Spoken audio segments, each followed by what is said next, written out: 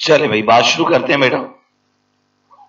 P6 advance taxation, क्या मसाइल है हमारे पास कोर्स के, क्या स्टडी अप्रोच हमारी रहेगी, थोड़ी मसाइल पर बात करते हैं कि आगे आने वाला 3 महीने का सफर कैसा रहेगा।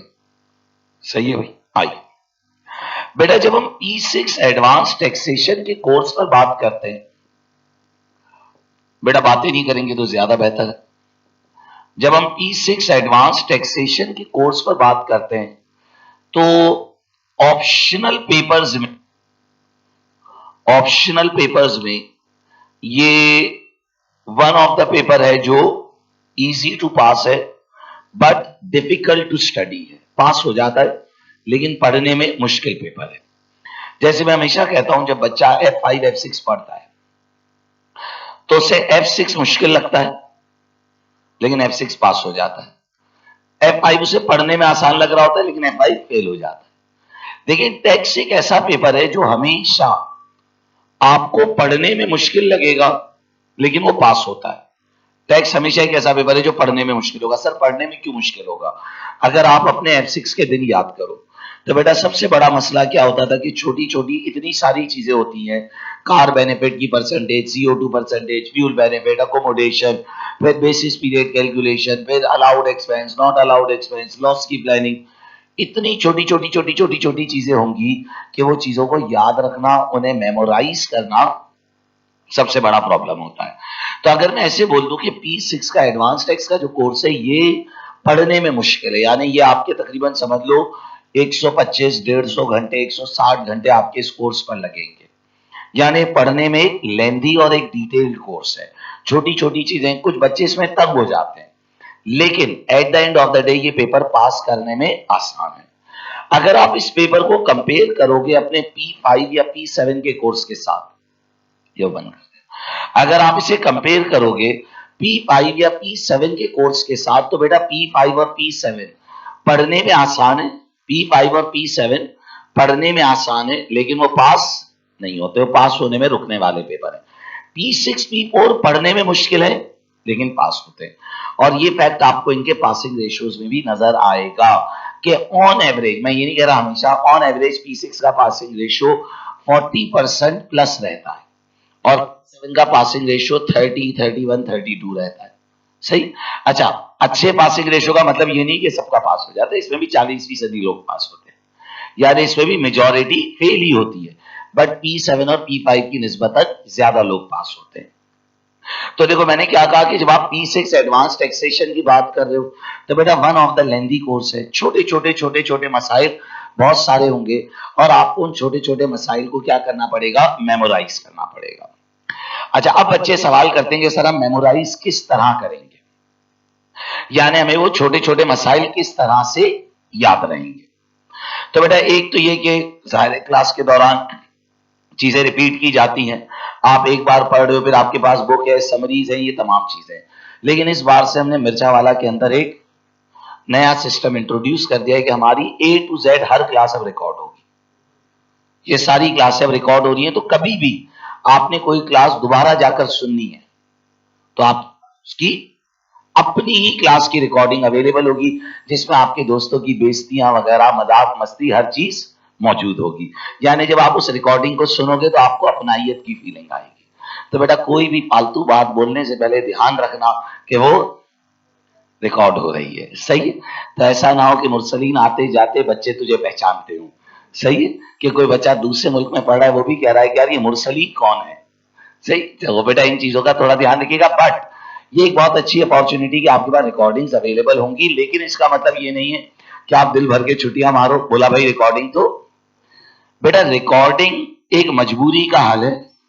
रिकॉर्डिंग यकीनी तौर पर फिजिकल क्लास की रिप्लेसमेंट नहीं। जब आप मेरे सामने मौजूद होते हो तो मैं आपको देख रहा होता हूँ, नॉन वर्बल कम्युनिकेशन होती है, आपको समझ आ रहा है नहीं आ रहा ये तमाम। लेकिन जब आप घर पर रिकॉर्डिंग सुन रहे हो या आप घर पर बैठकर पढ़ रहे हो तो जाहिर है एक नॉन वर्बल रिश्ता टूटा हुआ है। तो बेटा यकीनी तौर पर मैं हमेशा कहूंगा कि बेहतर है कि आप क्लासें फिजिकली अटेंड करें। कभी कोई दिन है मजबूरी हो गई, छुट्टी हो गई, कभी कोई दिन है कि भाई दिमाग नहीं चल रहा था, पूरा ऑफिस का प्रेशर था, तो आपने वो क्लास कभी रिकॉर्डिंग से सुन ली। वरना ये आपके लिए बेहतर है कि आप फिजिकल क्लासेस के अंदर ही 100% कॉन्सेंट्रेट करो, सही। प्लस रिकॉर्डिंग आपको इस सेशन में बेनिफिशियल इसलिए भी होगी क्योंकि रमजान वाली अटेम्प्ट है, तो रमजान में बेहतर होता है कि भाई बच्चा ट्रैवलिंग अवॉइड करता है, तो आपके पास पूरा कोर्स रिकॉर्डिंग में अवेलेबल होगा, जिससे आप क्या कर सकोगे, एक्सेस भी कर सकोगे, सही। तो बेटा P6 के अंदर मेरा मानना है कि ये बच्चे के लिए एक बहुत बड़ी नेमत है कि उसको एक एक क्लास की रिकॉर्ड, क्योंकि जैसे अक्सर होता है, अगर आप अपने F6 के दिन याद करो, बेसिस पीरियड कैलकुलेशन, 31 मार्च, 12 महीने बैक जाना है, 12 महीने फॉरवर्ड जाना है, छोटा अकाउंट, ये सारी बातें पेपर के वक्त तक तो कुछ भी याद नहीं होती। तो ये तमाम जब आप रिकॉर्डिंग खोलोगे तो आपको तमाम पुरानी बातें याद आ जाएंगी, तो ये आपके लिए एक बेनिफिट है। But recording is for that attempt only. हाँ भाई, ऐसा नहीं फेल हो गया सर उसके बाद रिकॉर्डिंग मुझे याद दे दो, तो ऐसा नहीं, सही। नाउ बेटा P6 एडवांस टैक्सेशन का जो हमारे पास कोर्स है, जो स्ट्रक्चर है, वो किस तरह से चलता है। बेटा आपके पास कोर्स स्ट्रक्चर के अंदर तीन मेजर टैक्सेस हैं। बेटा एक इंडिविजुअल टैक्सेशन है, बेटा एक आपके पास इंडिविजुअल टैक्सेशन है, एक आपके पास कॉरपोरेशन टैक्सेस हैं, और एक आपके पास बेटा इनडायरेक्ट टैक्सेस हैं, जिसमें वैट आ जाता है। बेटा ये तीन टैक्सेस आपके कोर्स का पार्ट है।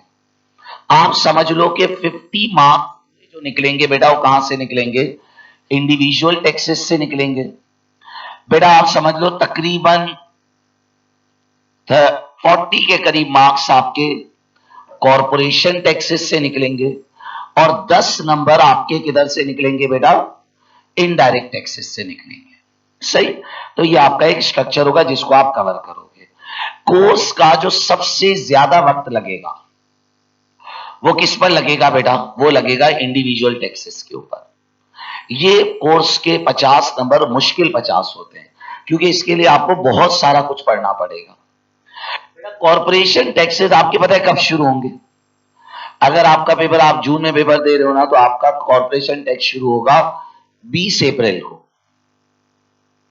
20 अप्रैल को शुरू होगा और 10-12 मई को खत्म हो जाएगा, यानी आप समझ लो 20-22 दिन में 40 नंबर होंगे, और बाकी सारा टाइम क्या होगा, इंडिविजुअल टैक्स होगा। तो मैं हमेशा बच्चे को कहता हूं कि अगर तुम्हारा पेपर निकलेगा ना, तो वो कॉर्पोरेशन टैक्सेस से निकलेगा। वो किससे निकलेगा, कॉर्पोरेशन से निकलेगा, क्योंकि वो छोटा है और उसमें नंबर ज्यादा है। अच्छा, आमतौर पर वो आखिर में पढ़ाया जा रहा है, आखिरी हिस्से में होगा, तो उस वक्त तक आप लोग के मिजाज सीरियस हो चुके होते हैं, तो उस वक्त आमतौर पर बच्चा कॉर्पोरेशन पर बिल्कुल पक्का होता है, क्योंकि उसने ताजा ताजा पढ़ा होता है, फौरन वो किट कर रहा होता है और वो डायरेक्ट जाके पेपर में बैठता है। तो आमतौर पर देखा ये गया है कि कॉर्पोरेशन टैक्सेस बच्चों के बहुत स्ट्रांग होते हैं। तो बेटा हमेशा याद रखना, जो पेपर निकलवाता है वो कॉर्पोरेशन टैक्सेस निकलवाता है। इनडायरेक्ट टैक्सेस भी, ये 10 नंबर भी बहुत आसान है, 4-5 क्लासों के होते हैं। जो असल टाइम खाता है वो क्या खाता है, इंडिविजुअल टैक्सेस खाता है। बेटा बच्चों का एक बड़ा रूटीन सवाल होता है, सर अगर हमने F6 नहीं पढ़ा या हमने बहुत पहले पढ़ा है तो क्या हम P6 कर सकेंगे। तो मैं हमेशा एक बात कहता हूं, बेटा जिन्होंने F6 पिछली अटेम्प्ट में भी पढ़ा होगा ना, उन्हें भी वो याद नहीं होता, क्योंकि F6 एक ऐसी टैक्स, एक ऐसी मुसीबत का नाम है जो पेपर वाले दिन तक याद रखना भी, सिवाय इसके कि आप वो पढ़ाते होते हो तो आपको याद हो जाता है, वरना तो टैक्स आपको याद होगा, अलाउड बेनिफिट की लिस्टें, not allowed expenses, exempt benefit की लिस्टें, ये पेपर तक भी याद मुश्किल से ही होती थी। उसमें भी बच्चा कितने तो ऐसे ही छोड़ के जाता था कि यार चल ये तो नहीं आएगा, एडमिनिस्ट्रेशन की डेट्स वगैरह। तो मैं अगर ऐसे बोल दूं कि बेटा अगर आपने F6 पढ़ा हुआ है, नहीं पढ़ा हुआ, मेरी असम्पशन ये कि आप जीरो बैठे हो, तो मैं आपको जीरो से बिल्कुल पढ़ाऊंगा, सही। अच्छा बेटा मेरा मिजाज, क्योंकि मैं छोटे बच्चों को भी पढ़ाता हूँ, OA लेवल्स को भी पढ़ाता हूँ, P6 ICW तक पढ़ाता हूँ, तो मेरे मिजाज में वो छोटे बच्चों को पढ़ाने वाला मिजाज है। तो उस चक्कर में थोड़ा सा प्रैक्टिस, होमवर्क, ये वाला माहौल महसूस होगा, जो आपको आमतौर पर अपनी दूसरी क्लास में महसूस नहीं होता। लेकिन सर अगर हम बेशरम हो जाए, हम कर ही ना होमवर्क, तो आप क्या कर लोगे। तो बेटा जाहिर उस पर कुछ भी नहीं किया जा सकता, लेकिन ये कि होमवर्क दिए जरूर जाते हैं, बट कुछ बच्चे मुरसलीन बेशरम होते हैं और वो करते नहीं है, तो वो अलग बात है, सही है। लेकिन बेटा ये तमाम चीजें आपके साथ साथ चलेंगी। बेटा अब जो हमारा कोर्स शुरू होगा वो शुरू होगा इंडिविजुअल टैक्सेस से, और इंडिविजुअल टैक्सेस में हम सबसे पहले क्या पढ़ेंगे बेटा, बेसिक टैक्स कैलकुलेशंस। बेटा बेसिक टैक्स कैलकुलेशंस पढ़ेंगे। अगर इसमें हम सबसे पहले एक इंसान का इनकम टैक्स रिटर्न बनाना सीखेंगे कि भाई इंसान के इनकम टैक्स रिटर्न में क्या क्या होता है। नॉन सेविंग इनकम होती है, सेविंग इनकम होती है, डिविडेंड इनकम्स होती हैं, याद है बेटा। नॉन सेविंग इनकम के बैंड्स हैं, टैक्सेस निकालना सीखेंगे, बेसिक रिटर्न बनाएंगे। यानी इस लेवल पर हम कोई कॉम्प्लेक्स काम नहीं कर रहे होंगे, बेसिक टैक्स कैलकुलेशंस करेंगे। फिर हमारे पास बेटा यहां पर एक चैप्टर आएगा पेंशन्स, कि भाई एम्प्लॉयर के पेंशन प्लान्स क्या होते हैं, जिन्हें हम ऑक्यूपेशनल पेंशन प्लान्स बोलते हैं। पर्सनल पेंशन प्लान के क्या मसाइल हैं, हमारे पास पेंशन्स के मसाइल शुरू हो जाएंगे। बेसिक टैक्स कैलकुलेशन पेंशन, बेटा यहां पर थोड़ा सा बच्चा रहा नहीं होता टैक्स के साथ, तो थोड़ा सा फंसता है कभी कभार। लेकिन मैं हमेशा कहता हूं कि tax is all about practice. आप वेट करोगे, आहिस्ता आहिस्ता आपका उन एरियाज पर हाथ रवा होता जाएगा, और फिर कुछ लोगों को टैक्स में मजा आने लगता है कि भाई एक फ्लुएंट वर्किंग हाथ पर बैठ। लेकिन टैक्स पूरी गेम प्रैक्टिस की, क्योंकि चीजें रूल्स याद करने हैं। सही बेटा, बेसिक टैक्सेस पढ़ेंगे, पेंशन्स पढ़ेंगे, और फिर यहां से हम आ जाएंगे प्रॉपर्टी इनकम पर। बेटा अगर आपको याद हो, बेटा अगर आपको याद हो तो आप लोग अपने F6 लेवल पर प्रॉपर्टी इनकम का P&L बनाते थे, रेंटल्स रिसीव होते थे, उसमें से अलाउड एक्सपेंसेस डिडक्ट होते थे। तो बेटा आपके पास टैक्सेबल प्रॉपर्टी इनकम की वर्किंग बनती थी, लीज प्रीमियम्स की वर्किंग बनती थी, प्रीमियम 2% N-1 की एक एडजस्टमेंट होती थी। ये सारी चीजें यहां पर आएंगी। सर अगर मुझे F6 याद ही नहीं है, तो बेटा किसी को भी याद नहीं होता, जीरो से पढ़ाया जाएगा, तो इससे परेशान नहीं होना है, बिल्कुल फ्लो में चलेंगे। लेकिन आपने छुट्टियां नहीं करनी है, अगर आपने छुट्टी कर दी तो फिर आपने फ्लो तोड़ दिया। टैक्स एक ऐसा मामला है कि अगर आपने बीच में एक दिन का भी गैप डाल दिया तो अगली क्लास में आप मसले में आ जाओगे। सही बेटा, प्रॉपर्टी इनकम है। फिर इसके बाद हमारे पास है एम्प्लॉयमेंट इनकम, जिसके अंदर हमारे पास कार बेनिफिट, फ्यूल बेनिफिट, अगर वो आपको, ये तो मेरा ख्याल है हर F6 के बच्चे को इतना थोड़ा बहुत तो याद होता है, जिसने F6 पढ़ा हुआ हो। तो P6 में 80X में जब बच्चा आता है तो उसको याद होता है कि भाई ऐसे में कुछ बेनिफिट्स वगैरह निकालता था। तो यहाँ पर एम्प्लॉयमेंट इनकम के मसाइल आएंगे। अच्छा, फिर यहाँ पर कुछ एडवांस चीजें भी आएंगी, क्योंकि अब आप लोग अकाउंटिंग में शेयर बेस्ड पेमेंट्स पढ़कर आए हो। तो जो शेयर बेस्ड पेमेंट्स आप अकाउंटिंग में पढ़कर आए हो, आज आप उनकी टैक्सेशन सीखोगे कि भाई अगर किसी को शेयर बेस्ड रेम्यूनरेशन दी जा रही है तो शेयर बेस्ड रेम्यूनरेशन की टैक्सेशन किस तरह से होगी, यूके टैक्स में उसके क्या ब्रेकअप्स हैं, उसके ऊपर बात होगी। Employment income, then we will have trading income. बेटा ट्रेडिंग इनकम में हमारे पास क्या मसाइल हैं, अगर आपको याद हो बेटा, basis period calculations, accounting year और फिस्कल ईयर को आप अलाइन करते थे। बेसिक ट्रेडिंग का P&L बनाना सीखोगे, बेसिस पीरियड कैलकुलेशंस बनाना सीखोगे। अच्छा, ट्रेडिंग इनकम में एक टॉपिक इसके साथ है, ट्रेडिंग लॉसेस। अच्छा, लॉसेस हम यहां नहीं पढ़ेंगे। लॉसेस बेटा मैं आपको सारे कॉर्पोरेशन कंपनीज के साथ पढ़ाऊंगा एंड में, क्योंकि इंसानों के और कंपनी के जो लॉसेस हैं वो ऑलमोस्ट सिमिलर है। तो यहां मैं हर चीज पढ़ाता जा रहा हूं, लेकिन हम लॉसेस के ऊपर बात नहीं करेंगे, वो लॉसेस फिर हम एंड में डिस्कस करेंगे। बेसिक टैक्स कैलकुलेशन होगी, पेंशन्स की वर्किंग होगी, प्रॉपर्टी इनकम, रेंटल्स पर बात होगी, एम्प्लॉयमेंट इनकम होगी, ट्रेडिंग इनकम होगी। फिर एक इसी के साथ कनेक्टिंग टॉपिक है जिसे हम कहते हैं टैक्स रिड्यूसर्स, या जिसे हम कहते हैं टैक्स एफिशिएंट इन्वेस्टमेंट्स। बेटा हर मुल्क में कुछ ऐसी इन्वेस्टमेंट्स होती हैं जिन पर टैक्स रिलीफ दिया जाता है। जैसे पाकिस्तान में अगर आप में से कोई टैक्स पेयर होगा तो उसे पता होगा कि म्यूचुअल फंड्स में इन्वेस्ट कर दो तो आपका टैक्स कम हो जाता है, इंश्योरेंस कंपनीज में इन्वेस्ट कर दो तो आपका टैक्स पेबल कम हो जाता है। यानी गवर्नमेंट कुछ इन्वेस्टमेंट्स के ऊपर क्या देती है मुरसलीन बेटा, टैक्स रिलीफ देती है। तो यूके ने भी ऐसे कुछ टैक्स रिलीफ रखे हैं। इधर आप उनकी स्कीम्स पढ़ोगे, सीड एंटरप्राइज इन्वेस्टमेंट स्कीम है, एंटरप्राइज इन्वेस्टमेंट स्कीम्स हैं, वेंचर कैपिटल ट्रस्ट हैं। ये वो तमाम इन्वेस्टमेंट्स है जिनमें पैसा लगाने से आपको टैक्स रिलीफ मिलेगा। फिर यहां से आप आगे बढ़ोगे, बेटा आपके पास एक टैक्स आ जाएगा जिसे हम कहते हैं capital gains tax, CGT, disposal of asset. याद है भाई, डीबी लेस कॉस्ट करते थे, गेन आता था, annual exemption, taxable gain, gift relief, incorporation relief. याद है वो पुराने दिन मेरे दोस्त हैं? Gift relief, incorporation relief, roll over, hold over. याद है? नाराज तो नहीं होना बेटा, ये सारे रिलीफ्स बेटा आपने पढ़े थे, ये सब आपने F6 में पढ़ा हुआ है, लेकिन बेटा ये बच्चे भूल जाते हैं, सब हम यहां पर दोबारा आएगा। तो बेटा gift relief, roll over, hold over, incorporation, फिर उसी तरीके से एंटरप्रेन्योर रिलीफ, फिर वो याद है प्रिंसिपल प्राइवेट रेजिडेंस पीपीआर, इतने महीने रहा, फिर चला गया, फिर सैंडविच बन गया। याद आ रहा है? तो बीच का पीरियड डीम हो जाता था। वो सारी पुरानी यादें बेटा सब यहां याद आएगा। सही है बेटा, खतरनाक यादें बेटा, जो जिनसे अल्लाह अल्लाह करके F6 में जान छूटी थी वो दोबारा आएगा। लेकिन बेटा मैं हमेशा कहता हूं P6 में एक दिन भी ऐसा नहीं होगा जब ये मुश्किल लगेगा, क्योंकि ये पूरी गेम रूल्स याद करने की है। इवन जब तुम पेपर में बैठे होगे ना P6 के, तो तुम्हें सवाल देखकर पता है क्या होगा कि यार इधर कोई रूल था जो याद नहीं आ रहा, और तुम्हें फीलिंग होगी कि यार अगर ये रूल मुझे याद होता ना तो मैं ये कर लेता। क्योंकि ये भाई देखो ना, आपने सवाल पढ़ा और अगर आपने क्लास ली ना तो आपको अपनाइयत महसूस होगी कि हाँ यार ऐसा मैंने कुछ क्लास में पढ़ा था, लेकिन यार मुझे याद नहीं आ रहा कि इसकी वर्किंग कैसे करनी है। ये P6 में बहुत होता है, ये टैक्स में बहुत होता है।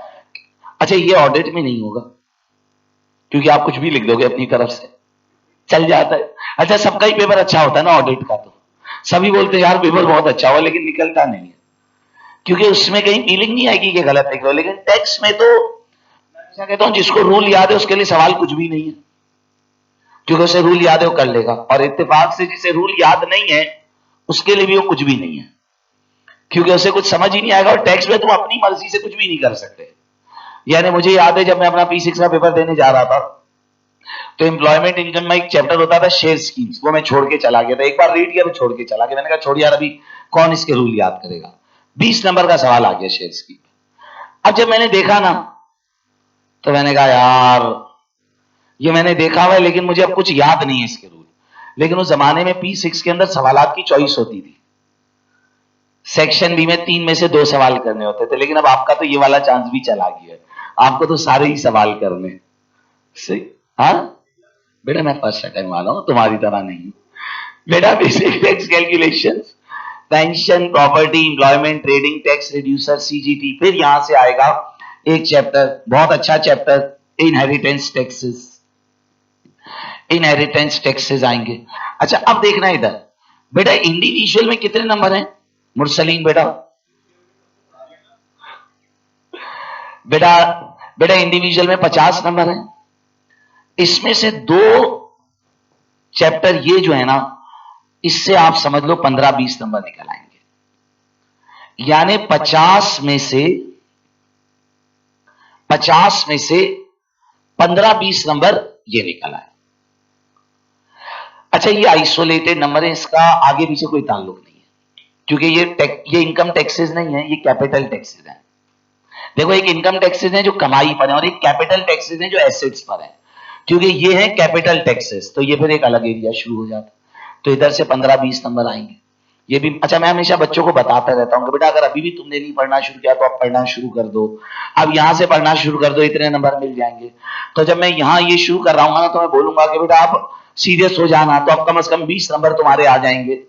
तो ऐसे में आपको वक्फे वक्फे पे याद दिलाता रहूंगा। लेकिन बेटा कुछ लोग उनके स्विच ही ऑफ है, वो क्या सोच रहे होते हैं पता है टैक्स में? अच्छा टैक्स में क्या उनकी ओवरऑल थिंकिंग यही होती है कि यार एंड में ऑफिस से छुट्टी पकड़ेंगे 10 दिन की और कर लेंगे। हकीकत यह है कि P6 का रजिस्टर ही इतना बड़ा होगा कि तुम 10 दिन की छुट्टी लेने के बाद 2-3 दिन तो ये सोचने में जाया कर दोगे कि इसको मैं शुरू कहां से करूं। बहुत मजे से तुम्हारे 1100-1200 पेज लिखे हुए होंगे रजिस्टर के। यानी ये ऐसा रजिस्टर है ना 600-700 पेज है ना, ऐसा समझ लो इसके बाद भी आधा रजिस्टर और भर जाता है। तो इतना लिखा हुआ होगा ये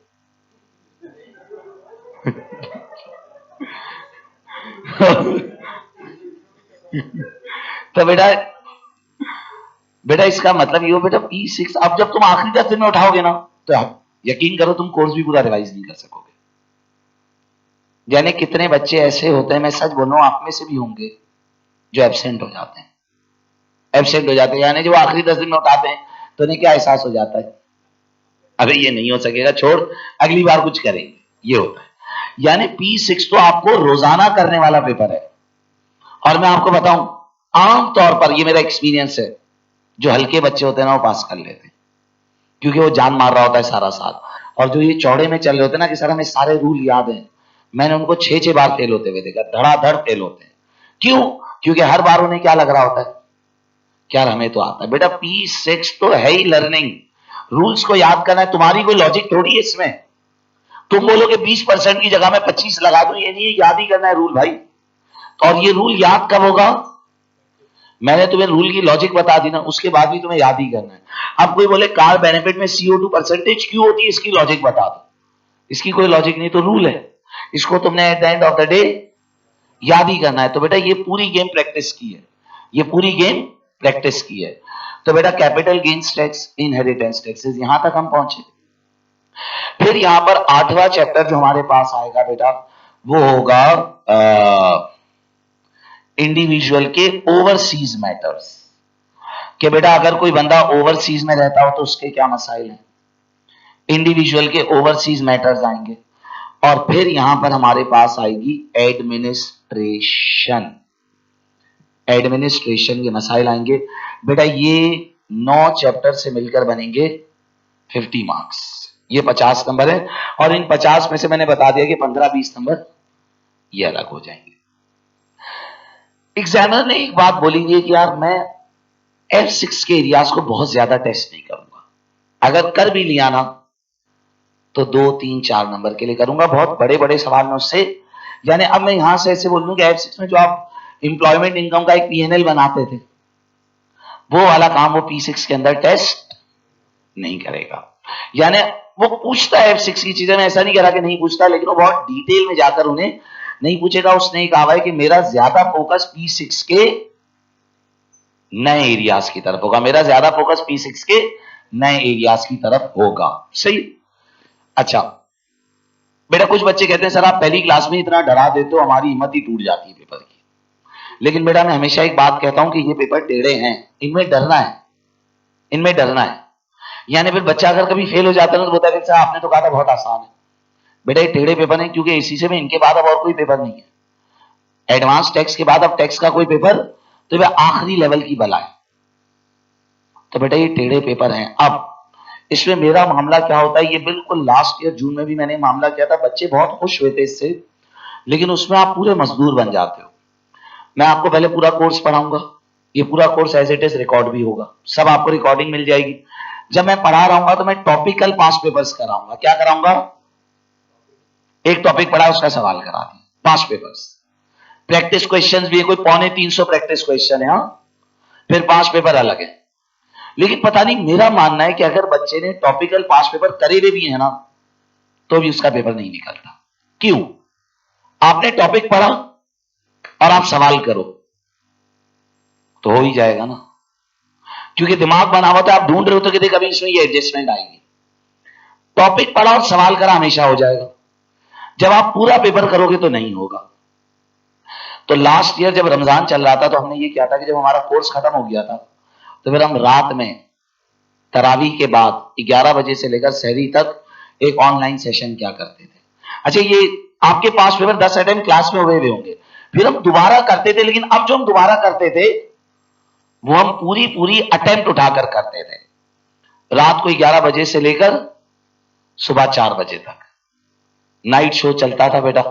वो नाइट शो पूरा एक एक पास पेपर करते थे, लेकिन आप समझ लो 100 बच्चे होते हैं ना तो 25 बच्चे वो अटेंड करते थे। लेकिन फिर मैं हमेशा कहता हूं कि बच्चे भी सारे पास नहीं हो जाते, कुछ ही पास होते हैं। तो फिर जब आप एंड में जब वो पास पेपर करते थे तो बच्चे कहते थे कि यार सर हमने जो सारा रिवाइज करा हुआ है ना, जब हम ये ईयर वाइज पेपर कर रहे होते तो हमारी चीज क्या हो रही होती थी, रिकॉल। तो 5 घंटे और रातों के सेशन होंगे इंशाल्लाह, मेरी पूरी नीयत है कि इस बार भी हम एंड में करेंगे। सही, क्योंकि रमजान चल रहा होगा तो रमजान में तो बेटा वैसी रातें जागी जाती है। सही। तो बेटा लोग इबादतें कर रहे होंगे और हम पास पेपर कर रहे होंगे। सही। तो रोजाना एक एक अटेम्प्ट उठाते हैं, तकरीबन आप समझ लो 2 दिन लग जाते हैं एक अटेम्प्ट के अंदर। तो ऐसे पिछली 5, 8, 9 अटेम्प्ट जितनी हो जाए वो करते रहते हैं।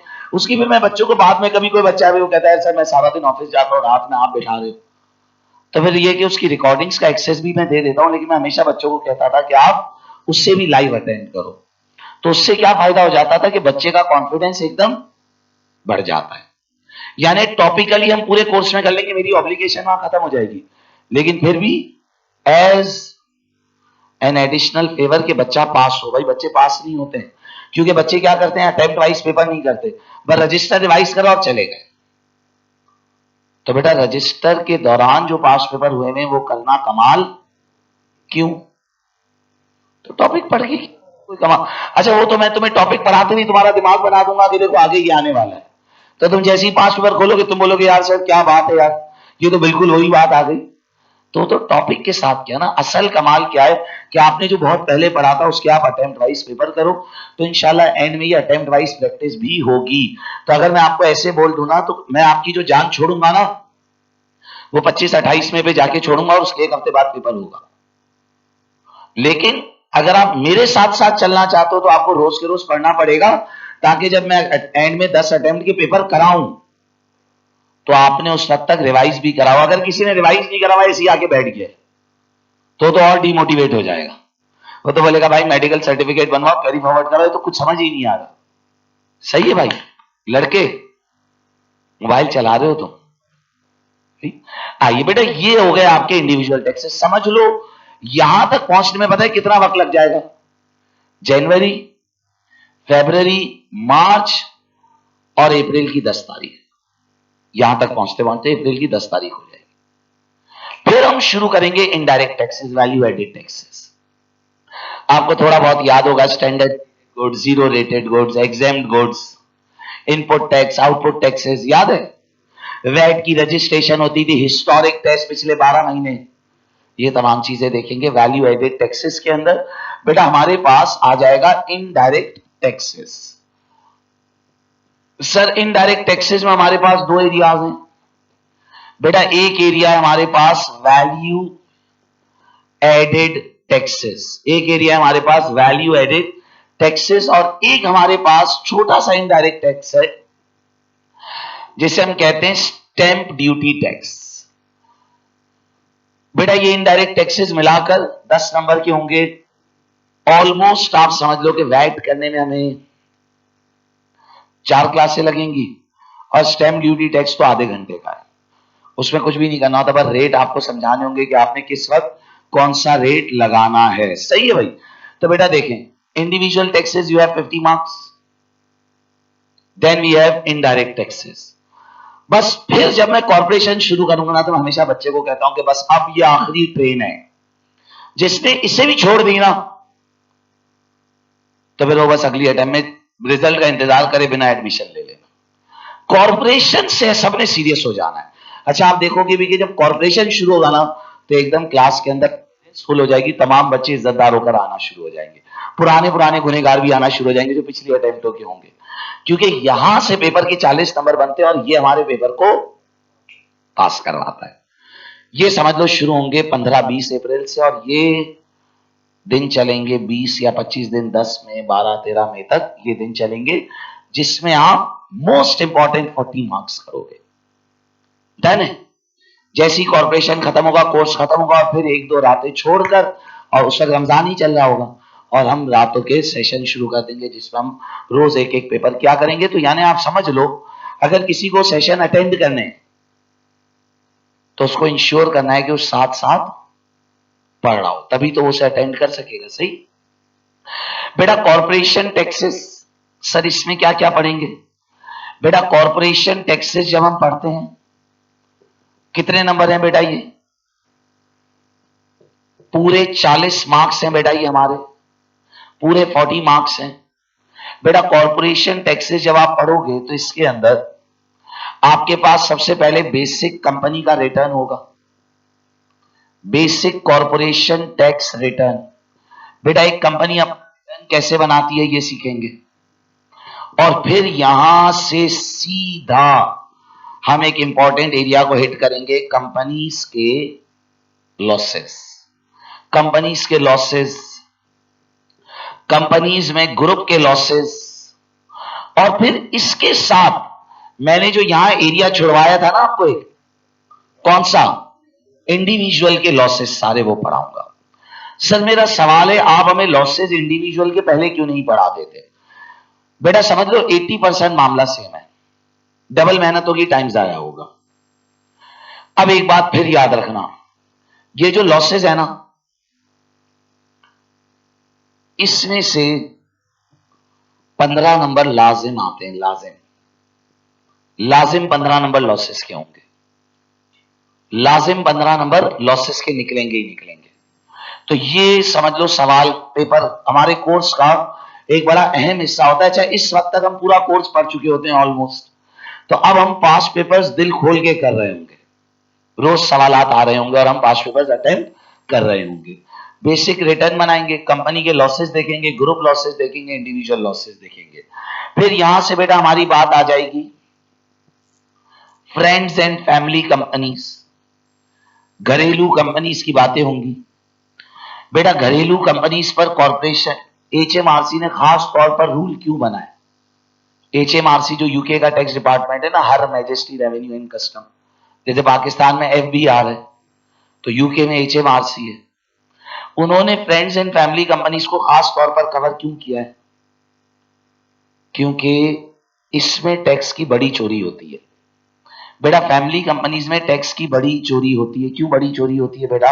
ये जो फैमिली कंपनीज होती हैं, जो घरेलू कंपनीज होती हैं, इसके अंदर मैनिपुलेशन होती है, एसेट्स पर्सनल यूज में चले जाते हैं, तो इसके ऊपर खास तौर पर रूल्स बनाए गए। फिर हम, अच्छा अब यहां तक आप समझ लो हमारे कोर्स का मेजर जो हिस्सा है ना, लॉसेस जब खत्म होते हैं तो अब बच्चे को समझ आ जाता है कि मैं बहुत पेपर कर चुका होता हूं, कोर्स का मेजर चंक खत्म हो चुका होता है। अब फिर फ्रेंड्स एंड फैमिली कंपनी आएगा, फिर आपके पास यहां पर कंपनी से पैसे कैसे निकालने इसकी प्लानिंग होगी, extraction of funds from company होगी। फिर हमारे पास रिसर्च एंड डेवलपमेंट के ऊपर बात होगी, रिसर्च एंड डेवलपमेंट के ऊपर बात होगी।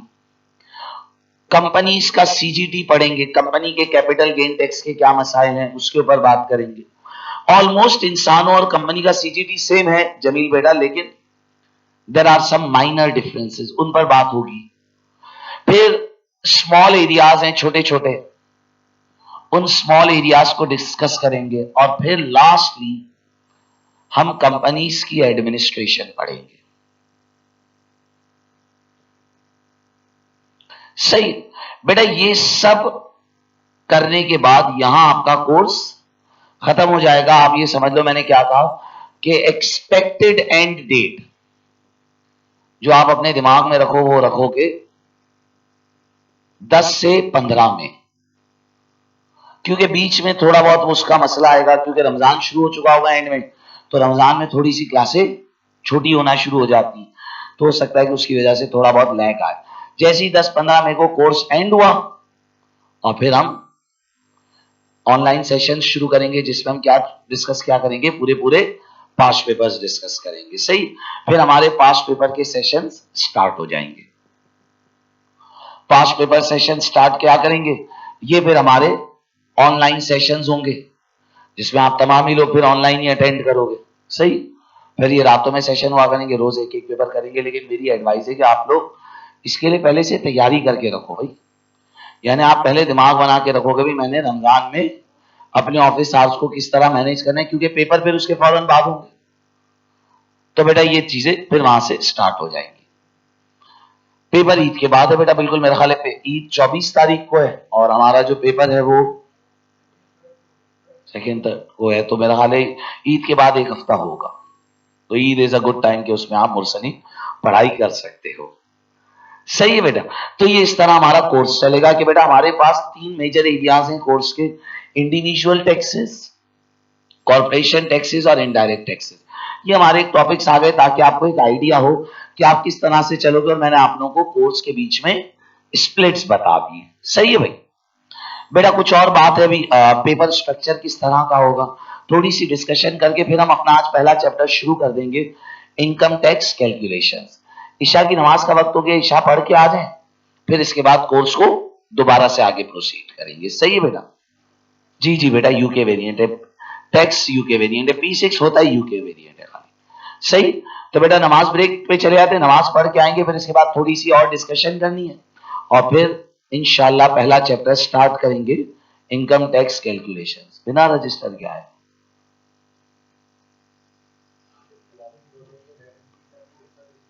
क्यों भाई?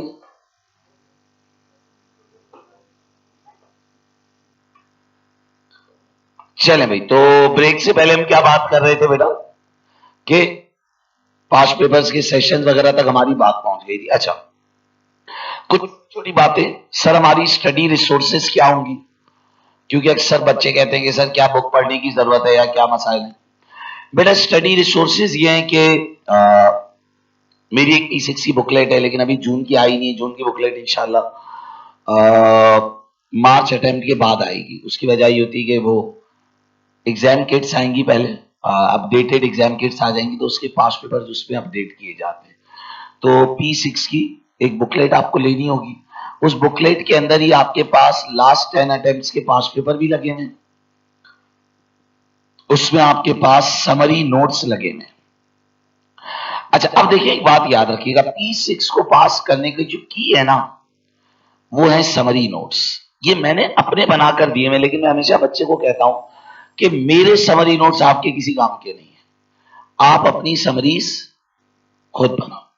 जैसे आपने एक टॉपिक पढ़ा, अब आप जाकर उसको सम अप करो कि भाई इसमें ये रूल है, ये रूल है, ये रूल है, उसकी आप खुद बैठकर समरी बनाओ। जब आप उसकी खुद समरी बनाओगे ना, तो वो समरी आपको याद रहेगी। आप मेरी बनाई हुई समरी को फॉलो करोगे, आपको कभी भी इतना बेनिफिट नहीं होगा।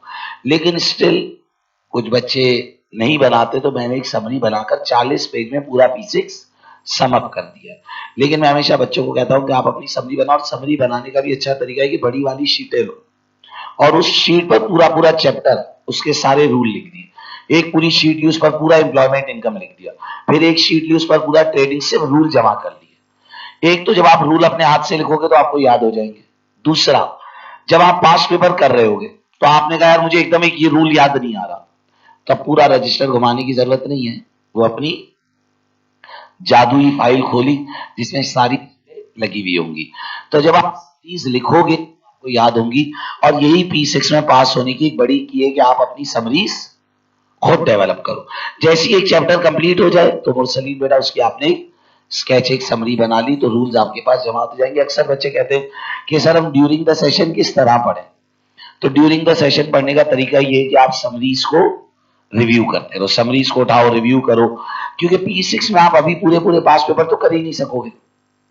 P6 में भी आप पूरे पूरे पास पेपर तो कर ही नहीं सकोगे, तो अभी आपने करना ही क्या है कि आपने समरीज बनानी है बस।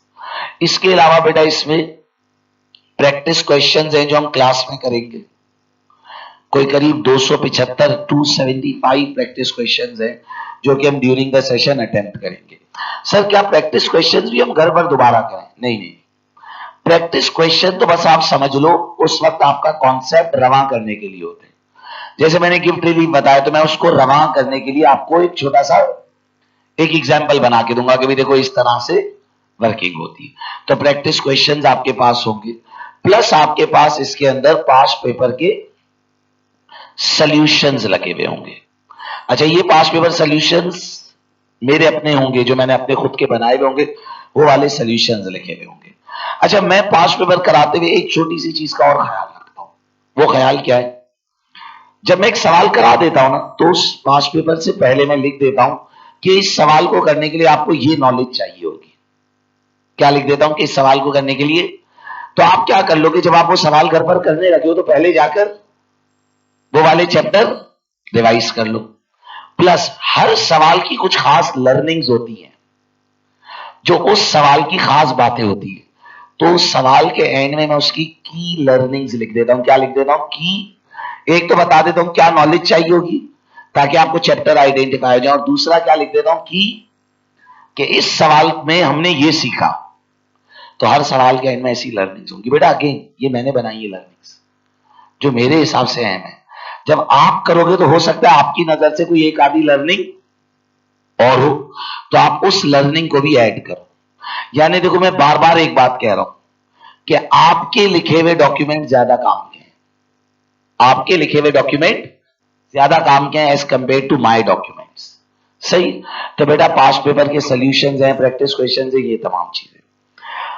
अच्छा मैं तो बच्चे को कहता हूं कि भाई ये टोटल है और साथ में आपका रजिस्टर है, दैट्स ऑल। रजिस्टर ही माशाल्लाह एक किताब जितना हो जाएगा।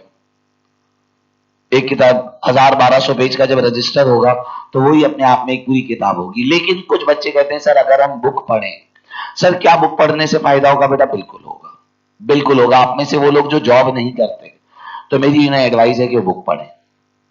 सही, जिनके पास टाइम है और जो एक पेपर दे रहे हैं। सही। हाँ जो लोग जॉब वगैरह कर रहे हैं जिनके पास टाइम नहीं होता तो वो सिर्फ रजिस्टर भी कर लें तो वो भी काफी है, वो भी काफी है। लेकिन अगर आप बुक पढ़ोगे तो यकीनी तौर पर आपको उससे फायदा होगा।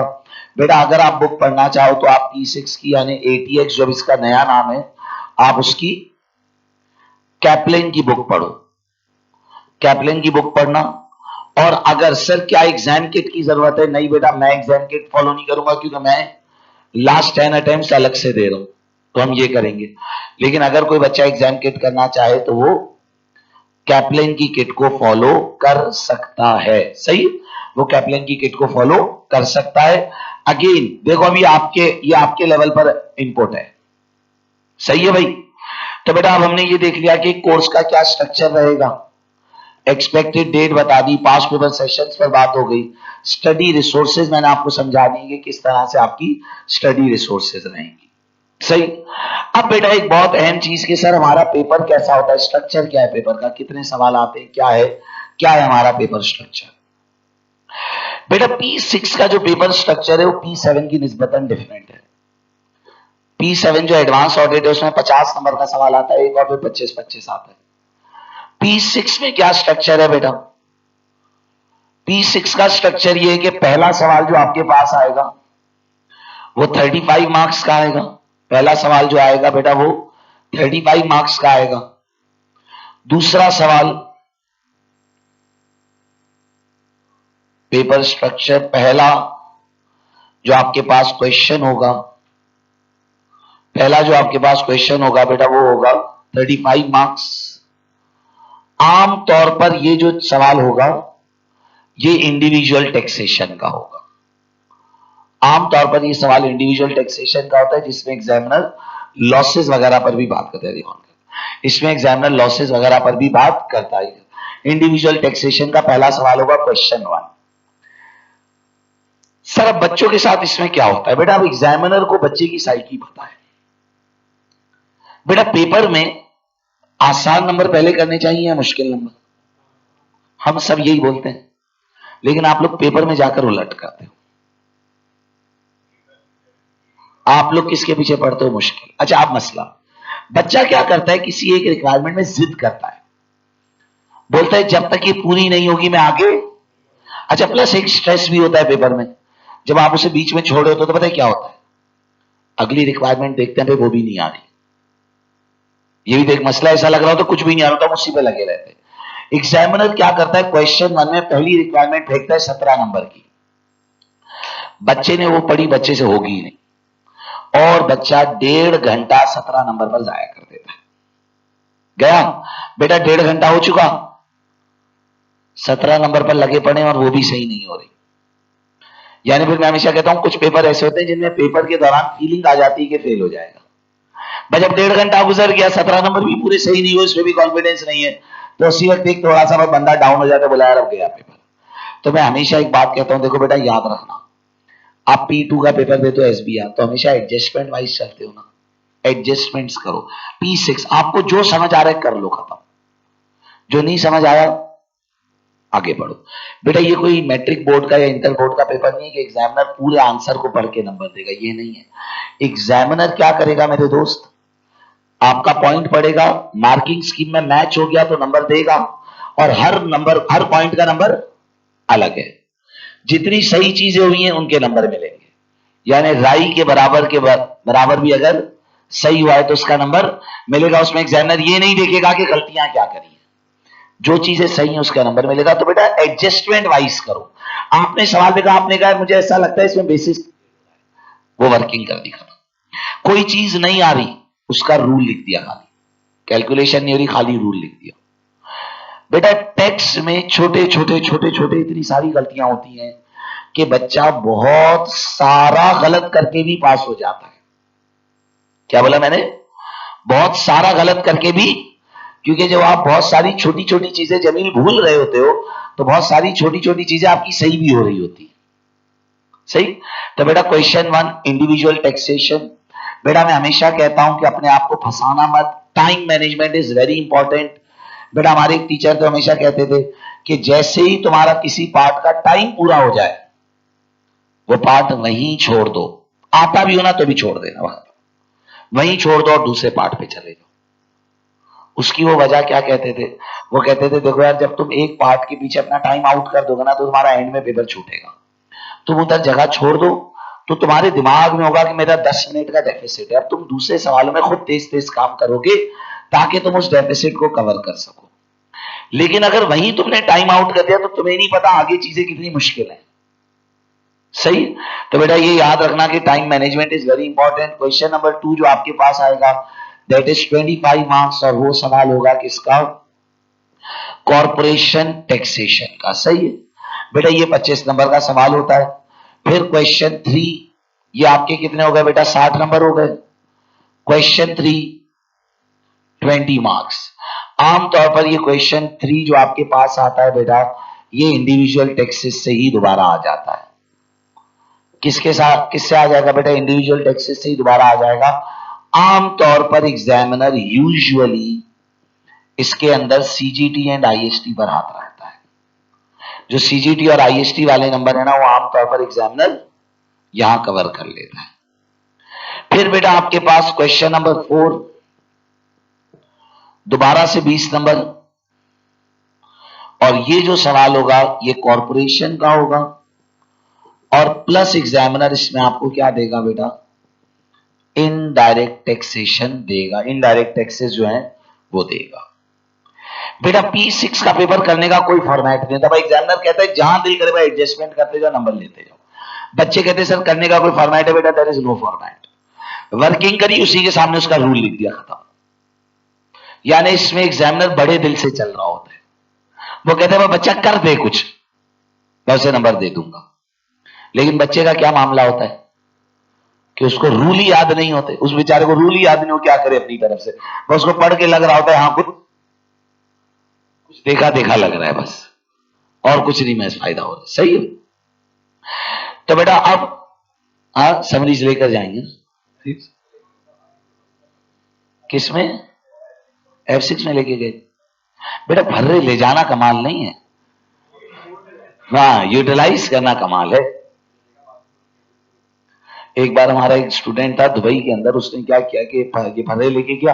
वो भाई अब बंदे के नसीब होते, भाई ने फर्रे देख ली बाथरूम में जाकर, फिर उसने वो फर्रे डस्टबिन में डाल दिए। एसीसी वालों को बाद में ब्रिटिश काउंसिल को डस्टबिन में से वो फर्रे मिल गए। उन्होंने उन फर्रों को उस एग्जाम हॉल में बैठे हुए हर बच्चे की राइटिंग से मैच करा। ये हो चुका, पेपर के बाद की बातें हैं ये। बाथरूम में सीसीटीवी कहां होता है बेटा? बेटा पॉइंट ये कि हर वॉशरूम के अंदर तो सीसीटीवी नहीं थे। अब जो जो बच्चे वॉशरूम में गए उनकी वो देख सकते। तो उन्होंने रिजल्ट आने के भी बाद उसको ईमेल करी, बोला कि भाई आपने चीटिंग करी है तो काइंडली जस्टिफाई योर पोजीशन। तो बेटा ऐसा थोड़ा सा रिस्क नहीं लेना, कभी कभार गलती हो जाए, और अगर लेकर जाए तो फ्लशमेंट कर देना। वो आपने माशाल्लाह बीकॉम के पेपर दिए होंगे तो उसमें आपकी चीटिंग की आदत होगी। आदत है आदत है आदत है तो बेटा पेपर स्ट्रक्चर का बेटा ध्यान रखिएगा। कोर्स आउटलाइन वगैरह मैंने बता दिए।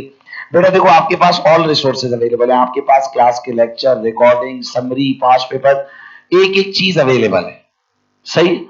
अब बेटा एक आखिरी चीज पर बात कर लें और फिर इसके बाद बेटा हम कोर्स को शुरू करते हैं। बेटा हमारा शेड्यूल, बेटा हमारा क्लासेस का क्या शेड्यूल रहेगा? तो बेटा शेड्यूल हमारा कुछ इस तरह कि एक तो बेटा हमारी क्लास फ्राइडे वाले दिन हुआ करेगी, 7 बजे से लेकर 10:15, 10:30, पौने 11, 11 तक नहीं जाता, पौने 11, 10:30 तक छोड़ दूंगा। सही, तो एक तो ये है। एक दिन हमारा सैटरडे है, 7 बजे से लेकर 10:15, 10:30, 11। बेटा जॉब नहीं होती बच्चों, सैटरडे को जॉब होती है ना भाई। बोलूंगा ना ट्यूसडे, वेडनेसडे, थर्सडे और Sunday. Tuesday, Wednesday, Thursday, Sunday. सही, ये हो गया। बेटा बच्चे जॉब करते हैं, क्या करूं भाई, जॉब वाले हैं, इसकी नौकरी लगवा दो भाई, बेरोजगार आदमी है तो समझता है भाग्यों की नौकरी नहीं है। बेटा जॉब होती कैसे आएगा वो यार, कैसी बातें कर रहे हैं।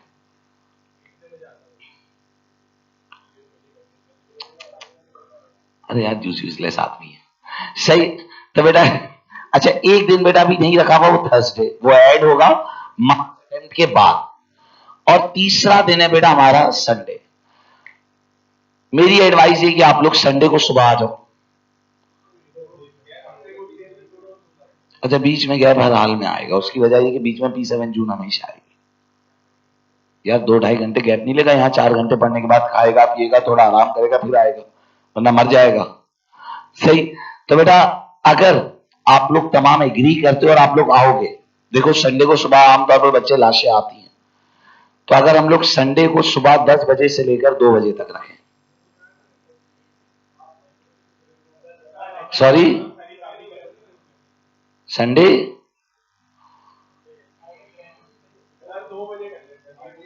बेटा सबसे वायबल टाइम है, आप लोग संडे को जल्दी जान छूट जाएगी आपकी, वरना 2 से 6 आप आओगे ना, आप बीच में रहोगे। प्लस 2 से 6 की क्लास में कोई इफेक्टिवनेस नहीं होती, क्योंकि बीच में ब्रेक इतने आएंगे, 2 तो नमाजों के ब्रेक आ जाएंगे, असर मगरिब आ जाएगी 10 से 6 की, और 10 से 2 आप रखोगे तो वो आपके लिए बेस्ट टाइम है। अगर आप लोग सुबह उठोगे भाई, नहीं उठोगे कैसे बेशरम लोग, तो कितने बजे चाहते हो बोलो, शाम में रखूं 7 बजे?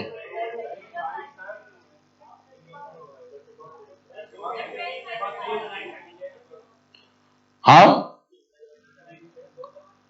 भाई यही तो मैं कह रहा हूं, 10 से 2 ये लोगे, 2 से 5 P7 लोगे, खत्म, और 5 बजे के बाद में P7 मार्च वालों को रात तक रगड़ता रहूंगा 10:30, 11 तक। सही है भाई, डन है। नहीं नहीं बेटा देखो, रिकॉर्डिंग क्लास से रहोगे फिर बाद में पेपर रुकते हैं तो फिर रोना नहीं है भाई, फिजिकल क्लास में आना है लाजमी। या तो भाई देखो, या तो 10 बजे आ जाओ।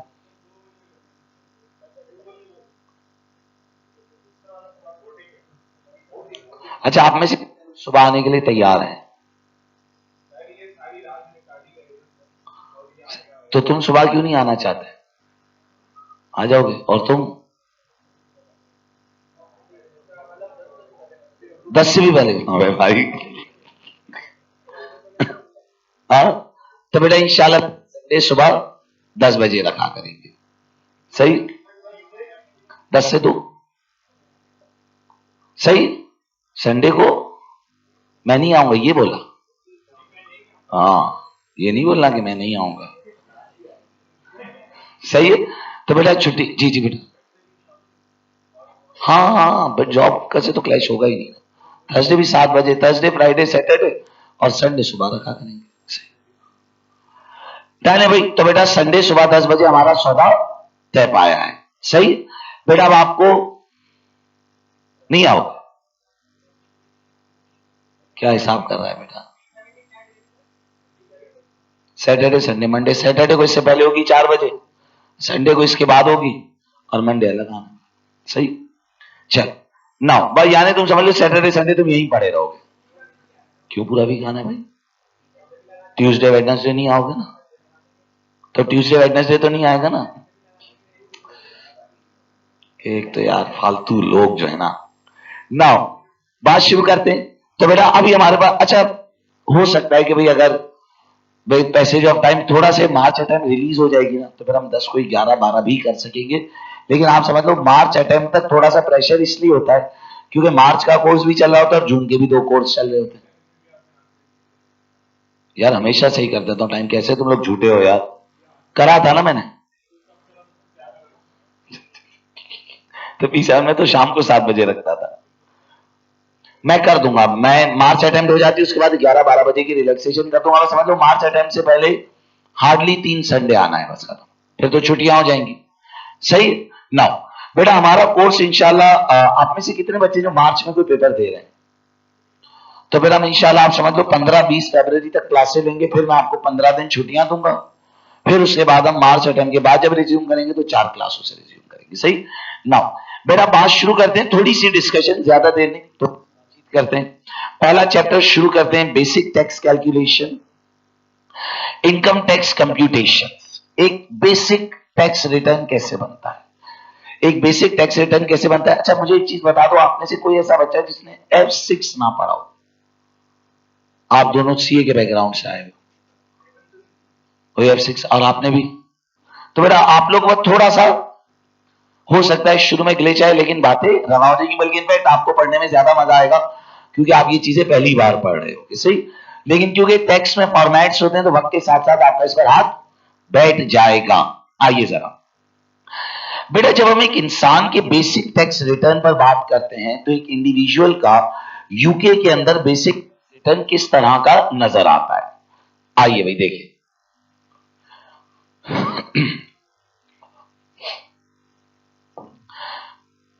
बेटा एक इंसान का जो बेसिक टैक्स रिटर्न है, इंडिविजुअल टैक्स रिटर्न, सर क्या ये इसका इस चैप्टर का कोई सवाल आएगा पेपर में? बेटा अलग से टैक्स रिटर्न बनाने का कोई सवाल नहीं आएगा, लेकिन हर सवाल के एंड में टैक्स निकाल कर बताना होगा, तो ये चैप्टर हर सवाल का एंड है बेसिकली। बेटा इंडिविजुअल टैक्स रिटर्न के हिसाब से याद रखिएगा, इन यूके इंडिविजुअल्स जो इंसान है, इंडिविजुअल्स पे tax for a fiscal year. बेटा इंसान जो टैक्स भरते हो किसके लिए भरते हैं? फिस्कल ईयर के लिए। अच्छा सर यूके का फिस्कल ईयर क्या है भाई, और हम अभी कौन सा फिस्कल ईयर पढ़ रहे हैं? बेटा हम जो अभी फिस्कल ईयर के लिए कोर्स पढ़ रहे हैं, इट इज 6 अप्रैल 2019, 6 अप्रैल 2019 से 5 अप्रैल 2020, यानी हम जो पढ़ रहे हैं बेटा वो 19-20 के साल के लिए पढ़ रहे हैं। हम जो पढ़ रहे हैं सर वो 19-20 के साल के लिए पढ़ रहे हैं, यानी अभी जो 5 अप्रैल 2020 आएगी हम उसकी फाइलिंग करना सीखेंगे। सही सर, क्या हमें ये एक आउट ऑफ द कोर्स सवाल है सर, क्या इसका कोई कमाई वमाई हो जाती है टैक्स पढ़ के? बेटा बच्चे करते हैं या आपको ऑनलाइन इसके क्लाइंट मिल जाते हैं टैक्स रिटर्न फाइल करने के, यानी ये तो यूके, क्योंकि यूके में तो पाकिस्तान की तरह नहीं ना सभी टैक्स भरते हैं, तो बेटा यूके में जब सब टैक्स भर रहे होते हैं तो इसमें ऑनलाइन आपको बड़े क्लाइंट मिल जाते हैं कि जिनके आप रिटर्न फाइल कर दिया, रिटर्न बना दिया, टैक्स कैलकुलेशन कर दी, ये सबका बाकायदा ये प्रोफेशनल सर्विस है। जैसे लोग ऑनलाइन राइटिंग का काम करते हैं, ऐसे ये ऑनलाइन फाइलिंग का काम भी आता है। नाउ बेटा हम जो फिस्कल ईयर पढ़ रहे हैं दैट इज 19-20, 6 अप्रैल 2019 से 5 अप्रैल 2020। इंसान जो टैक्स भरते हैं बेटा वो किसके लिए भरेंगे? फिस्कल ईयर के लिए भरेंगे। बेटा as per UK tax rules, बेटा यूके टैक्स रूल्स के मुताबिक एक इंसान की जो इनकम है वो 3 हिस्सों में तोड़ी जाती है। Individuals income is divided in 3 heads. बेटा 3 हेड्स के अंदर इनकम को क्या किया जाता है बेटा? डिवाइड किया जाता है। एक नॉर्मल इनकम्स हैं जिन्हें हम नॉन सेविंग इनकम्स भी कहते हैं, एक हमारे पास सेविंग इनकम है जिसे हम इंटरेस्ट इनकम कहते हैं, और एक हमारे पास जो है बेटा वो है डिविडेंड इनकम्स। यानी यूके टैक्स रूल्स के हिसाब से एक इंसान की इनकम को 3 हेड्स में क्या किया जाता है बेटा? डिवाइड किया जाता है। नॉर्मल इनकम्स जिन्हें नॉन सेविंग इनकम भी बोला जाता है, सेविंग इनकम्स और डिविडेंड इनकम। सवाल सर ये 3 कैटेगरीज क्यों बनाई गई हैं? क्योंकि हर कैटेगरी के टैक्स रेट्स अलग अलग हैं। हर कैटेगरी के टैक्स रेट क्या है बेटा? अलग अलग हैं। डन है? अच्छा अब बेटा एक टैक्स रिटर्न नजर किस तरह से आता है, मैं एक बड़ा सा टैक्स रिटर्न बना रहा हूं ताकि आपके दिमाग में एक पिक्चर क्लियर हो। हम 3 हेड्स बना देते हैं, नॉर्मल, सेविंग और डिविडेंड। बेटा हमारे पास इनकम्स होंगी, एम्प्लॉयमेंट इनकम हो सकती है। सवाल, सर ये एम्प्लॉयमेंट इनकम का नंबर किस तरह से निकलता है? ये एम्प्लॉयमेंट इनकम का नंबर किस तरह से निकलता है? तो बेटा एम्प्लॉयमेंट इनकम का जो पूरा चैप्टर है ना, जब वो पढ़ोगे तो उसका जो फाइनल नंबर निकलेगा वो यहां लाकर अपलोड करोगे। यानी हर इनकम का पूरा पूरा चैप्टर है हमारे कोर्स में। एम्प्लॉयमेंट इनकम है, ये एक नॉर्मल इनकम के तौर पर क्लासिफाई होती है। हमारे पास बेटा ट्रेडिंग इनकम है, हमारे पास बेटा प्रॉपर्टी इनकम आएगी। सर ये सारी इनकम्स की कैलकुलेशन बेटा ये पूरे पूरे चैप्टर्स हैं जो हम आगे पढ़ेंगे। रियल स्टेट इन्वेस्टमेंट ट्रस्ट की इनकम, जिसे हम कहते हैं रीट, रीट की इनकम है। फिर ट्रस्ट इनकम्स आएंगी, ट्रस्ट इनकम्स आएंगी। फिर इसके अलावा पेंशन इनकम्स आएंगी। सवाल, मुरसलीन बेटा अभी जो हम सवालात करेंगे उनमें ये नंबर्स हमें गिवन होंगे, लेकिन आगे थ्रू आउट द कोर्स हम इन सबके चैप्टर पढ़ेंगे। अगर आपको याद हो इंडिविजुअल के अंदर मैंने सारे चैप्टर लिस्ट डाउन करे थे, एम्प्लॉयमेंट, ट्रेडिंग, प्रॉपर्टी, पेंशन, ये सब पढ़ेंगे। बेटा इसके अलावा हमारे पास इंटरेस्ट इनकम आएगी, हमारे पास इंटरेस्ट इनकम होगी। इंटरेस्ट इनकम बेटा सेविंग की कैटेगरी में चली जाएगी। और हमारे पास क्या होगी बेटा?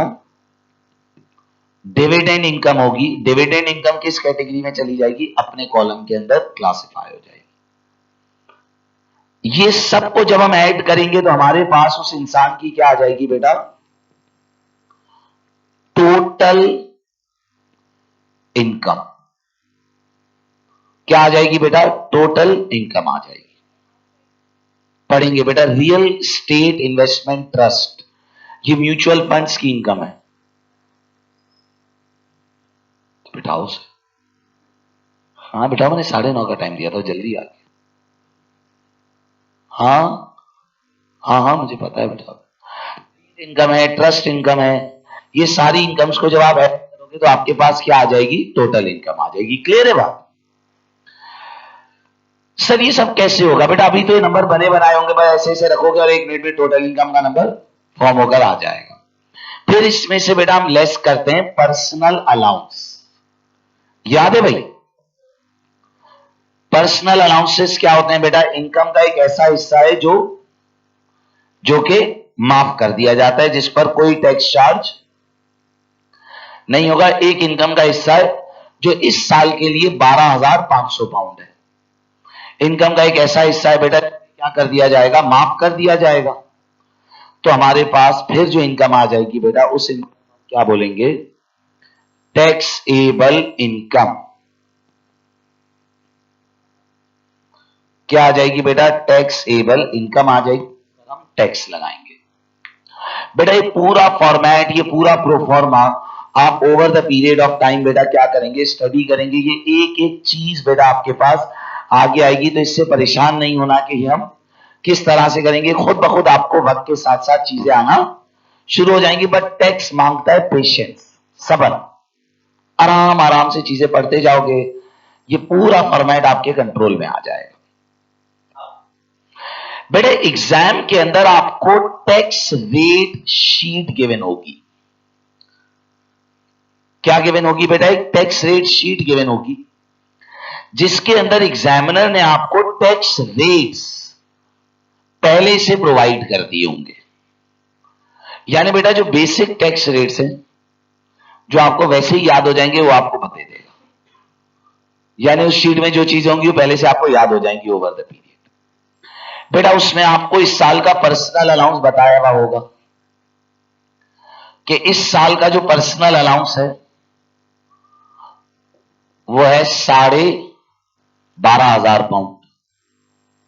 यानी 12,500 पाउंड तक की इनकम पर कोई टैक्स नहीं है। REIT real estate investment trust, बेटा ये भी पढ़ेंगे, आगे आएगा। फिर बेटा आपको टैक्स रेट्स गिवन होंगे। क्या गिवन होंगे बेटा? टैक्स रेट्स गिवन होंगे। अभी जो मैं टैक्स रेट्स आपके सामने लिख रहा हूं वो सिर्फ नॉर्मल इनकम के लिख रहा हूं। किसके लिख रहा हूं बेटा? नॉर्मल इनकम्स के। किसके लिख रहा हूं? नॉर्मल इनकम्स के टैक्स रेट। क्या रेट्स हैं? ये भी पेपर में गिवन होगा, ये सब कुछ भी याद नहीं करना है, सब गिवन होगा। 1 से लेकर 37,500 20% रेट है। 37,500 से 1.5 लाख तक 40% रेट है, और 1.5 लाख से आगे 45% रेट है। सही, 1.5 लाख से आगे 45% रेट है। ये सारे टैक्स रेट्स, पर्सनल अलाउंसेस, ये सब आपको गिवन होगा। आपको अच्छा, वैसे सर क्या ये हमें याद हो जाएंगी? यस बेटा, ऑब्वियस सी बात है, इतनी बार आप टैक्स कैलकुलेशन करोगे तो ओवर द पीरियड आपको ये चीजें खुद ब खुद याद हो जाएंगी। सर अब ये बैंड किस तरह से यूज होता है, पर्सनल अलाउंस किस तरह से होता है, एक एग्जाम्पल करके देखेंगे तो आपको बाद में थोड़ी क्लैरिटी आएगी और आपका एक फ्लो डेवलप होना शुरू होगा। पहले एक कॉपी करें, फिर एग्जाम्पल पे आते। नॉन सेविंग बोलते थे, अब एग्जामिनर उसे नॉर्मल के हेड में क्लासिफाई करता है, यानी अब टैक्स रेट शीट में भी उसे नॉन सेविंग की जगह नॉर्मल लिखा जाता है।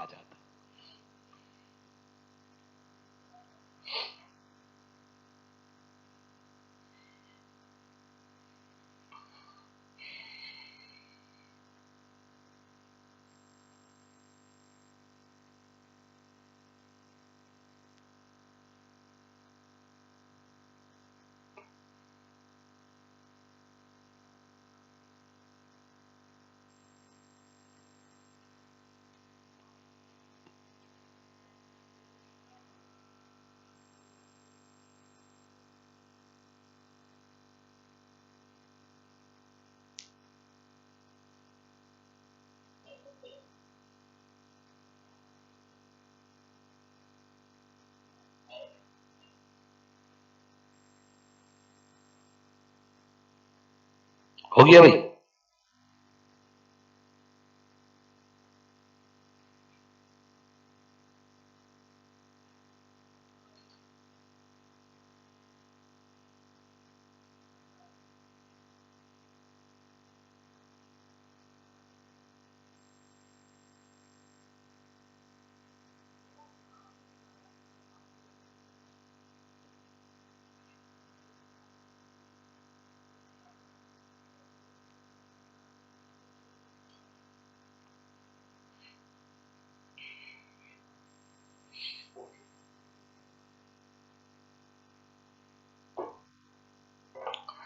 शुरू करें भाई? आइए भाई मेरे दोस्त शफीक, देखो भैया, अगर एक एग्जाम्पल बनाते हैं, question one, practice question one अगर हम एक डेवलप करते हैं, इंशाल्लाह नेक्स्ट क्लास से फिर मैं आप लोग को हैंडआउट दे दूंगा, तो आप लोगों को सवाल नहीं लिखने पड़ेंगे। प्रैक्टिस क्वेश्चन वन अगर हम एक डेवलप करते हैं, a person has following incomes, a person has following incomes in 19-20, हमारा फिस्कल ईयर 19-20 है ना बेटा। अब उसकी इनकम्स क्या है देखे जरा गौर से। मिसाल के तौर पर बेटा उसके पास एक एम्प्लॉयमेंट इनकम आ रही है 1000 की, और उसके पास एक ट्रेडिंग इनकम आ रही है 20,000 की, और उसके पास एक प्रॉपर्टी इनकम आ रही है 10,000 की। हमसे क्या मांग रहा है बेटा? टैक्स पेबल मांग रहा है। जी बेटा, क्या मांग रहा है हमसे? टैक्स पेबल मांग रहा है। एम्प्लॉयमेंट इनकम है 30,000, ट्रेडिंग इनकम है बेटा 20,000, प्रॉपर्टी इनकम है 10,000। बेटा अब मैं चाहूंगा आप लोग, तमाम लोग 5 मिनट कॉपी नहीं करो और सुनो। पहला पहला सवाल है ना आपको फॉर्मेट में, वरना फंस जाओगे। ओए आइए भाई, देखिए बेटा, रिटर्न कुछ भी मुश्किल चीज नहीं है, और गौर से देखना, क्लेरिकल वर्क है। आज के दौर में काम एक्सेल पर होता है। सही, आइए जरा सोल्यूशन करते हैं। मुर्सलिंग किस तरह से होगा भाई? इनकम क्या है? नॉर्मल है तीनों, या कोई सेविंग या डिविडेंड भी है? एम्प्लॉयमेंट कितना? 30,000। सही। दूसरा क्या है भाई? ट्रेडिंग। कितना? 20। सही है भाई, कोई मसला नहीं है, डन हो गया। तीसरा प्रॉपर्टी 10। बेटा तीनों को ऐड कर लूं तो क्या आ जाएगी भाई? Total income 60,000। मुश्किल काम क्या है? पर्सनल अलाउंस मिलता है हर इंसान को। कितने का पर्सनल अलाउंस है बेटा? Personal allowance PA 12,500। लो भाई, इस लड़के की टैक्सेबल इनकम बता दो। 47। डन। कोई मसला? अब एक छोटी सी चीज है जो सीखनी है। जैन जैन टैक्स रेट्स क्या है? 37,500 तक रेट इज, उसके बाद रेट इज 40। बेटा ये टैक्स के बैंड है। मैंने क्या वर्ड यूज किया? ये टैक्स के बैंड्स हैं, बैंड्स। बेटा 47,500 है, आपको लगाना है टैक्स। बेटा शुरू के 37,500 पर टैक्स का रेट है 20%। यानी ये बैंड्स हैं। शुरू का 37,500 अलग हो गया, 47,500 में से जो शुरू का 37,500 है, जरा लगाएं बेटा उसमें 20%, 7,500। ये हो गया मुर्सलीन। बेटा कितना है बेटा टैक्सेबल? बोलो बेटा, बोलो मुर्सलीन। 47,500 बेटा। 37 पर टैक्स हो गया। बेटा बाकी कितना रह गया? अब हम बैंड 2 पर आ गए ना बेटा। 10,000 रह गया जो बैंड 2 में चला गया। 10,000 रह गया जो किस पर चला गया? बैंड 2 पे चला गया। बेटा उसका रेट ऑफ टैक्स कितना है?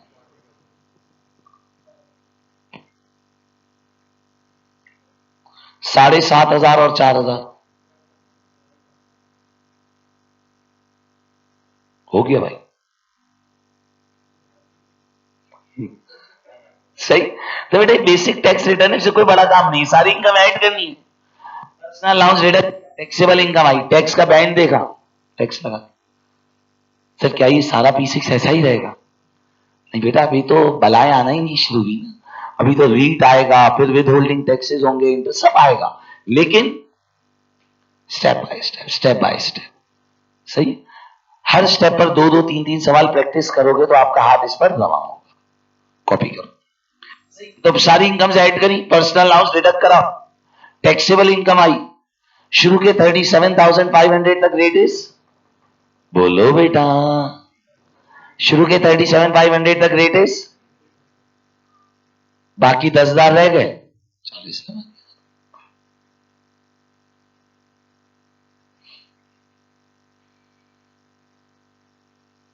यहां से क्यों नहीं देख रहा है भाई?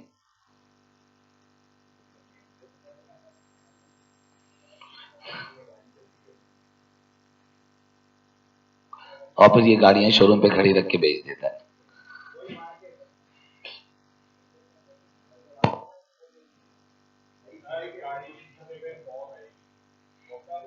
वो भी अभी इधर भी फॉग आई हुई ना, तुझे यहाँ बोर्ड नजर नहीं आ रहा है? यहाँ फॉग आई हुई, तो फिर उसके वजह से क्यों देख रहा है? हाँ।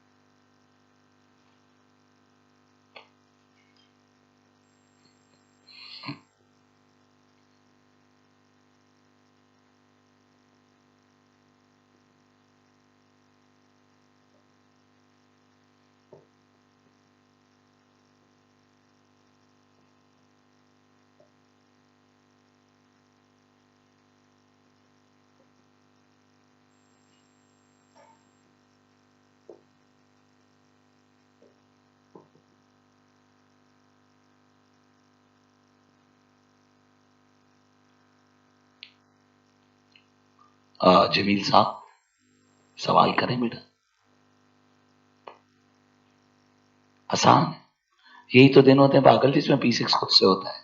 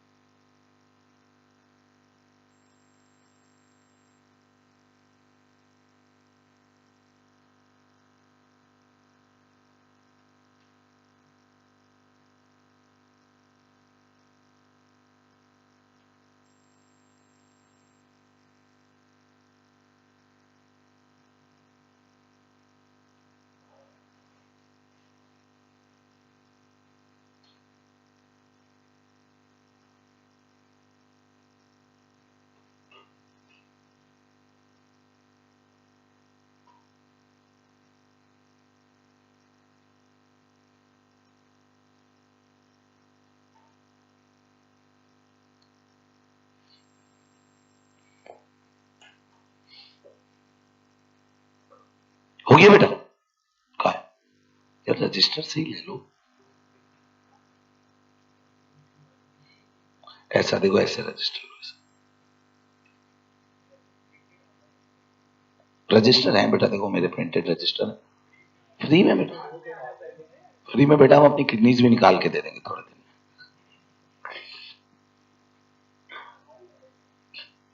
तेरी किडनी वैसी एक कम है।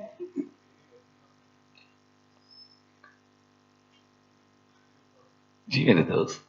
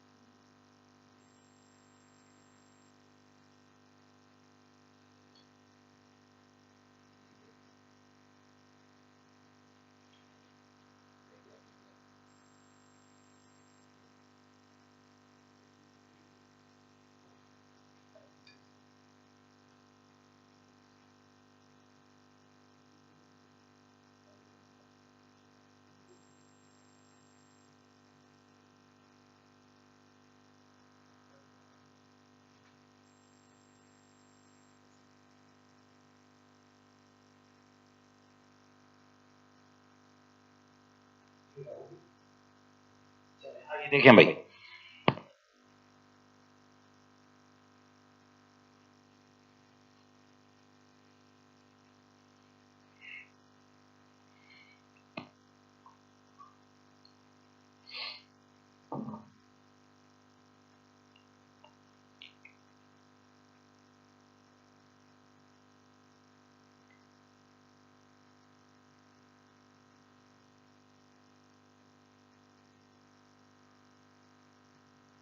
चलें भाई देखें, आइए स्टार्ट करते हैं। हो गया मुरसलीन बेटा? बेटा 3 इनकम्स हैं। पहली इनकम एम्प्लॉयमेंट, कितना? 50,000। दूसरा प्रॉपर्टी, कितना भाई? तीसरा ट्रेडिंग, कितना? 5। 50, 25, 5, 80,000 टोटल इनकम। Personal allowance 12,500। कर लिए भाई? 12,000 का personal loss, so taxable income is 67,500। Done है भाई। आइए भाई, शुरू के 37,500 पर रेट ऑफ टैक्स क्या है बेटा?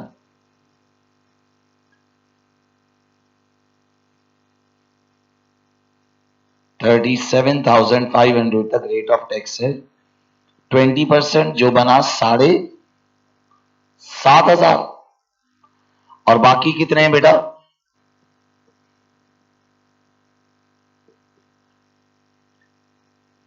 30,000। उस पर क्या रेट है बेटा? जी बेटा, 30,000 का 40% इज 12,000। बेटा बैंड चेंज हो गया ना, अब अगला बैंड तो 1.5 लाख तक चलेगा। तो मेरी इनकम 67 है, तो 37,500 पर 20, 37,500 पर 20 और बाकी बचे हुए हिस्से पर 40, 7.5 और 12। कोई ऐसा बच्चा जिससे ना हो सको? डन है भाई, क्लियर है? तो बेटा ये आपने एक बेसिक टैक्स कैलकुलेशंस पढ़ना है। इंशाल्लाह अब हम इसमें नई नई इनकम्स ऐड करेंगे। रियल एस्टेट इन्वेस्टमेंट ट्रस्ट की इनकम्स हैं, ट्रस्ट इनकम्स हैं, ये सब इनकम्स एक एक करके ऐड करते जाएंगे। डिविडेंड के रेट्स ओपन करेंगे। तो आप ये समझ लो, ये 4-5 क्लासें हमारी बेसिक कैलकुलेशन हो रहेंगी।